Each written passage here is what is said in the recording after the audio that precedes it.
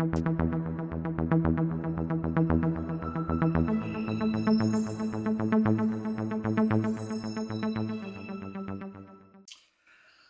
right. Well, there's a little bit of an animal theme. Okay. First of all, I had the story here, and I don't have a picture because there wasn't a picture with it. But I saw this on social media that there was this dog that saved a camper who Ooh. had basically he was traveling. This guy's traveling with his 4 dogs, and he failed to navigate a curve, and he Yikes.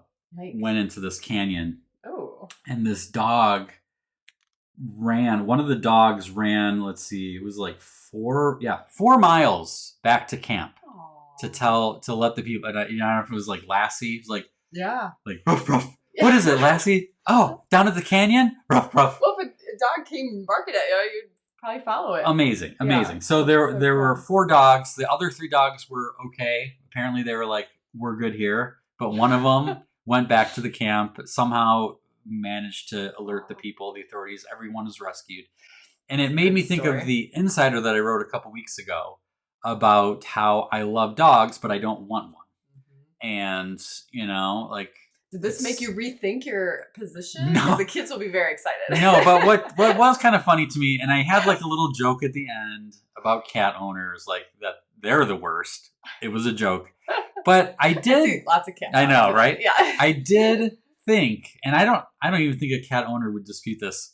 No cat is running 4 miles to tell anyone that their owner is in trouble, So let's put one in the dog column, I guess, for that one. Martha, Timmy's in the well. Right? Yes, Timmy. yes. I know. That's what. Yeah, the Timmy's in the well. That's what I was thinking of. Okay, so here's one about a donkey. Oh, sorry, we go back one. There we go. Okay. Lost donkey seen living with elk herd 5 years later. Oh. All right. So a hunter in Northern California stumbled upon a queer site while out in the Cache Creek wilderness, a donkey that had seemingly been adopted by a herd of elk. The video he posted on Instagram marks the first update on the status of Diesel.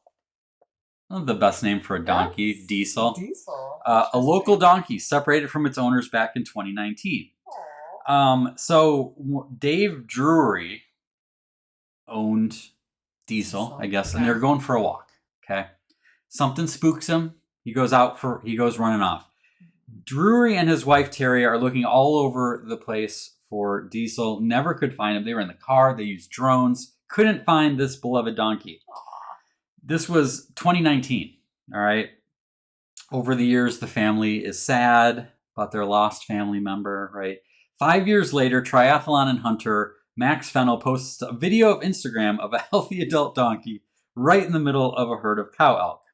And the discovery made its way through the airways to Terry and Dave, who said it was amazing to see him. My favorite part is that Terry, the wife, says he's living his best life. Oh, he's got a new family. He's happy, he's healthy, and it was just a relief. So they actually had adopted Diesel as part of a feral donkey program run by the Bureau of Land Management that allows the public to take custody of wild horses and donkeys and mules and things like that. And so they were like, okay, we don't need to. He's fine. He's healthy. Whatever. Yeah. They have since adopted new donkeys, but I just that was actually what caught my eye is the headline. Lost donkey seen living with elk herd 5 years later, living his best life. That is a good one. So, yeah. All right. That's a feel-good story. And, even though it was sad, but it had a nice little ending where you're like, wow, I thought he was gone. But no, he's just out there with his new buddies. Just doing this, yeah. Aww. And they're like, they just accept him, right? Kudos here. I know, I saw that. To Brian Crimmins. The Crimmins family. Who realized that my shirt is the Wrigley Field clock. Yes, on the scoreboard. And more specifically, it's 1:20, which is the classic afternoon game time for the Cubs at Wrigley Field. Used to be all the time before they got lights. Okay. Almost all of their games are at 1:20. So it happens to be the time that we like to go to games. You go to an annual game. We try to at least. And It's a good time of day to go to a baseball game. So. Okay, congratulations, Brian. Yay, you Brian. win nothing Oh, but aw. my enduring love and appreciation that you know that answer. You get bragging rights. That's what you get. I got one more story here. This one, I don't know. I don't know what you're going to think of this one. Do we see Brian somewhere? My sunglasses aren't playing very nice. There he is. Okay, behind the couch. Yeah, he's also wearing sunglasses. Yes, and a hat. And a okay. hat. I can't tell. Is that a White Sox hat that he is wearing? Wait a second. No. What's it? We'll get the answer on that. All right, you tell us what's going on there, Beth. All right, I got another story. This one is about penguins. Okay. Oh, Detroit Tiger. Oh, that makes sense. You get nothing wrong with the Tigers. Yeah. I can. I'll allow it. I'll allow it on this live stream. All right. Okay, here we go. Shut up. Come on, I'm a Sox fan. Come on. One of the world's oldest penguins hatches a chick with new boy toy, 26 years younger. Oh, wow. Yeah. A great grandmother, Humboldt penguin in England's blustery eastern coast, has brought a member of yet another generation into the world after she shacked up with the bird 20 plus years her junior. It literally says that, yes. Windy, so her name is Windy. She surprised everyone at the zoo when, during the last breeding session, she paired with 4-year-old Nacho. Windy and Nacho sitting in a tree. A pairing doesn't guarantee mating will occur. But despite the fact that Windy's first egg was laid before Y2K had been disproven, and Nacho had only recently reached adulthood, the two produced a healthy young chick. Wow, good for her. Yes, Rachel says, so is she a penguin or a cougar? Good one. Yeah, baby, yeah!